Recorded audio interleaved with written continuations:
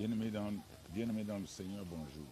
Abonne-toi à cette page davantage et pour tes problèmes spirituels, tu peux me contacter au 00237 678 51 78 81. Que Dieu te bénisse. Écoute-moi bien.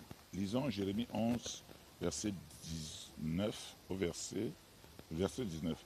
J'étais comme un agneau familier qu'on mène à la boucherie, et j'ignorais les mauvais desseins qu'il méditait contre moi.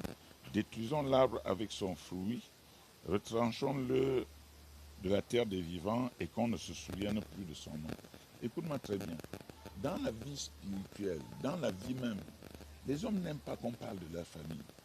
Ils n'aiment pas que les serviteurs de Dieu leur disent ce qui se passe dans leur famille.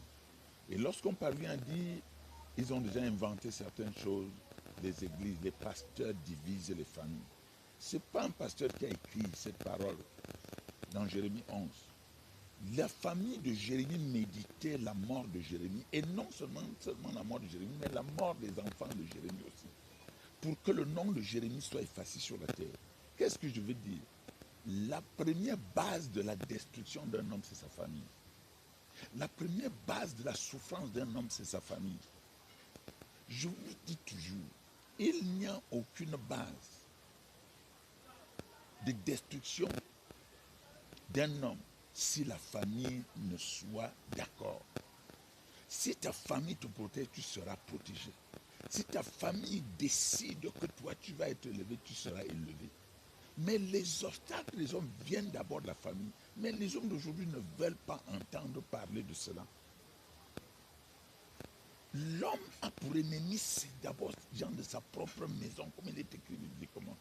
Alors frère, ne fais pas comme si ta famille était une famille surnaturelle dans laquelle il n'y a pas de mauvaises personnes. Alors prends la parole de Dieu à cœur. Et lorsque tu es en train de faire un combat spirituel, comme j'aime souvent dire aux uns et aux autres, commence d'abord par ta famille. Commence d'abord par ta famille, parce que dans ta famille, tout le monde n'est pas un ange de Dieu. Il y a les anges de Satan aussi. Et c'est pour toutes les familles. Alors, lorsque toi tu ne comprends pas cela, tu vas continuer à penser que ton malheur vient de loin, alors qu'un membre de ta famille est impliqué.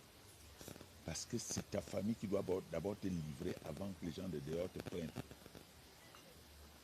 Si toi tu viens, si ma fille vient se confier à moi, si je ne sors pas cela, et si elle-même ne sort pas, personne ne saura. Et rien ne lui fera. Alors abonne-toi davantage. Et que ce message entre dans tes oreilles.